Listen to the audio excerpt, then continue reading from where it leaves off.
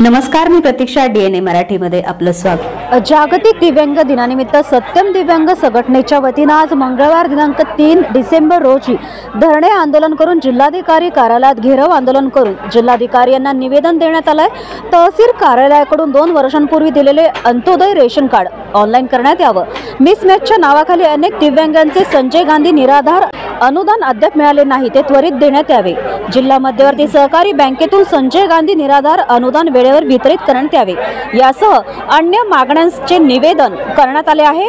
आज करण्यात आलेल्या धरणे आंदोलनाच्या वेळी सत्यम दिव्यांग संघटनेचे अध्यक्ष संजय वाघमारे, उपाध्यक्ष संतोष चोंदळे, सचिव राज कांगणे, सरचिटणीस विष्णू वैरागड, मारुती कदम, ज्ञानोबा भरोसे, माया राठोड, मुमताज पठाण, रुक्मिणी ढोले, गजानन दुधारे, जरील पठाण, शेख मुनीर अहमद पठाण, गणेश शिंदे, रमेश खंडागळे आदींसह जिल्हाभरातील दिव्यांग बांधव मोठ्या संख्येने सहभागी झाले होते.